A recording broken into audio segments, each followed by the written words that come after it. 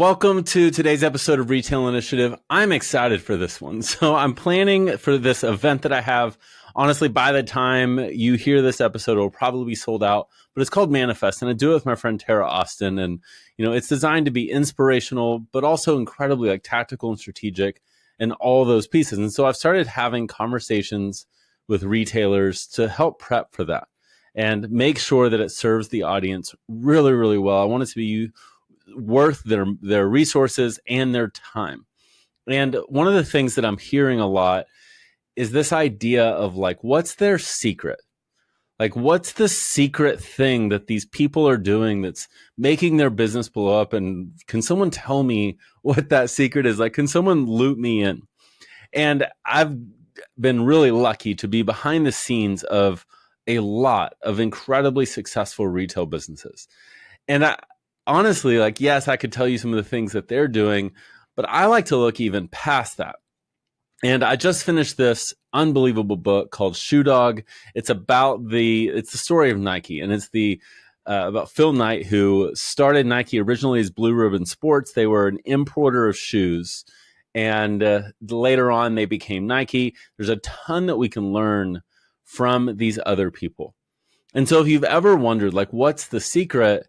I want to share some things with you. I want to share some ways that you can think about your business that I think are going to transform it. And so the first thing is set your vision and make it clear. Where do you want to be 5 years from today? If you close your eyes and you picture, what does your business look like? What does it feel like? Who's in your storefront? Who's shopping with you? How many online orders are you fulfilling? What does your business feel like? What does your life look like? What kind of house do you have? What kind of car do you have? And envision that life and set a vision that's big enough and worthy of all the work that you need to put in. Now, why is this so important? If you're like a lot of people, in fact, like myself, for the longest time in my business, I was just earning a living. I just wanted to earn enough to support my family. And I didn't really have clear goals. And if you ask me where I wanted to be in 5 years, I'd be having more money in my bank account. That's what I want in 5 years. And I didn't really lay out what I wanted. And it gets so hard to be willing to put in the work if you don't know what you're working towards. A lot of us look backwards and we can say, well, I don't want that. I don't want that. I don't want these things. But if we aren't moving towards something and we're only focused on what we're moving away from, when it comes down to it, it's so hard to actually put in the work that's necessary. Not to mention, not to get too woo-woo here, but when our brain, when we focus on what we don't want, what are we thinking about? We're thinking about what we don't want. We're focusing on that thing, that experience, whatever that is, but it's still our focus. And we attract what we think about. And so what if instead of focusing on what we don't want, we focus on what we do want? And that comes by setting a clear vision for your life, for your business, for your family, and exactly what you want it to look like. And so the second thing in that is then you have to adjust your beliefs. Do you believe that it is possible? If you look into that future version, you're yeah, that's great, but that will never happen for me. Well, is it going to work? Let's say you decided going into the new year that you're going to lose a ton of weight, get in shape, hit those health goals. Well, if you believe in your heart of hearts, if you believe that it's never going to work, when Tuesday morning rolls around and the alarm clock goes off, are you going to get out of bed and put in the activity needed to get the results if you don't believe it will pay off? Absolutely not. There's no chance you ever will. And so we have to really believe, yes, not only is success possible, but success is possible for me. Success is possible for me. And so if you're struggling with this piece, start by setting that clear vision and then put yourself in it. And who is that person? How do they make decisions? What do they focus on? And what if we try to align who that future version of yourself is and who today you are, and start to think like that future version and make decisions like they make decisions? Number 3, choose long-term over short-term. And here's what I mean. A lot of times we focus on the things that are going to give us a short-term result, a short-term benefit, what feels good right now.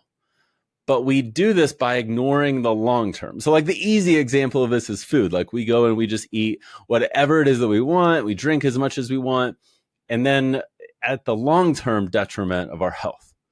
But how many of us do this in our business?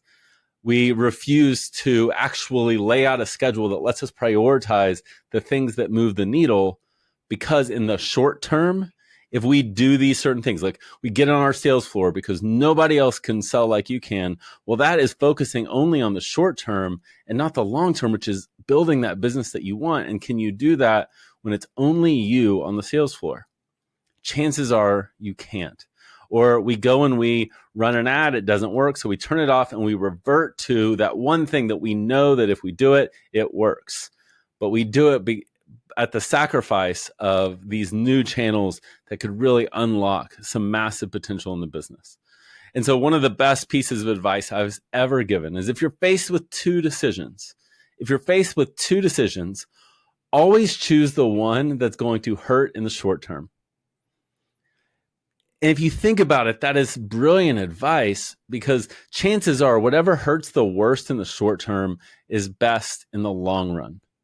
And so if we approach our life and our business in this way, imagine what we could have in 5 years, in 3 years, by focusing on these big picture pieces instead of what's going to give us the result today. And then the last one that I pulled from Phil Knight, and honestly, all of my heroes, is to be ready for defeat. Now, defeat's going to look different. Like Phil Knight, they were kicked out of multiple banks. Like they would have orders coming in for shoes, but their bank would be like, no, you can't bank here anymore. And their line of credit was gone, and they had to go cancel orders because of that. Now, at that point, because his vision was clear and because he believed it was possible, he was able to keep going. So for you, there's going to be defeat. The good news is that it doesn't have to be ultimate defeat. It doesn't have to be like your business going under. But even if it is, you'll be okay. But likely it's going to be like some ads won't work like you think they should, or you're going to update your site and it's not going to knock it out of the park like we wish. But if our vision's clear and where we want to go, how much easier is it to actually continue moving even when you have these setbacks? Because when I look at all of my heroes, when I look at all of the successful business owners that I know, every single one of them faced significant setbacks. Abraham Lincoln lost every single election until he was president. Theodore Roosevelt lost his wife and his mother in the same day, like while giving birth to his daughter. And it caused him to spiral and have to do all these things to recover, but he came back and he was okay. Or even some of my business heroes, Russell Brunson had to lay off 90% of his team in one day. And that was before he created this business that is now making hundreds of millions of dollars a year in revenue.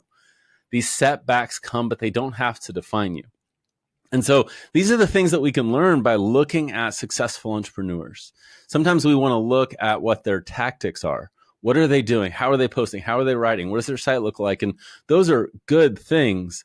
But if it doesn't have the backbone of a clear vision, of beliefs that it can actually work, if those things aren't there and we don't implement it through a strategy, the tactics, you could copy them like verbatim and they're not going to work. That's why I tell people to stay in their lane. Like when a boutique or some other business is stealing your vendors, they're not you, and they can never steal the energy that has made you successful. So this is a bit of an inspirational one, and I hope that it is. But these are things that have been an encouragement to me as I've navigated through what it really looks like to grow my business and build a life that I actually want. So thanks for listening. If you do enjoy this, do me a favor, subscribe and leave a review. That is one of the most helpful things that you can do. And if you found it super helpful, feel free to shoot me a DM at RetailJosh on Instagram. So thanks for listening. I can't wait to see you next week.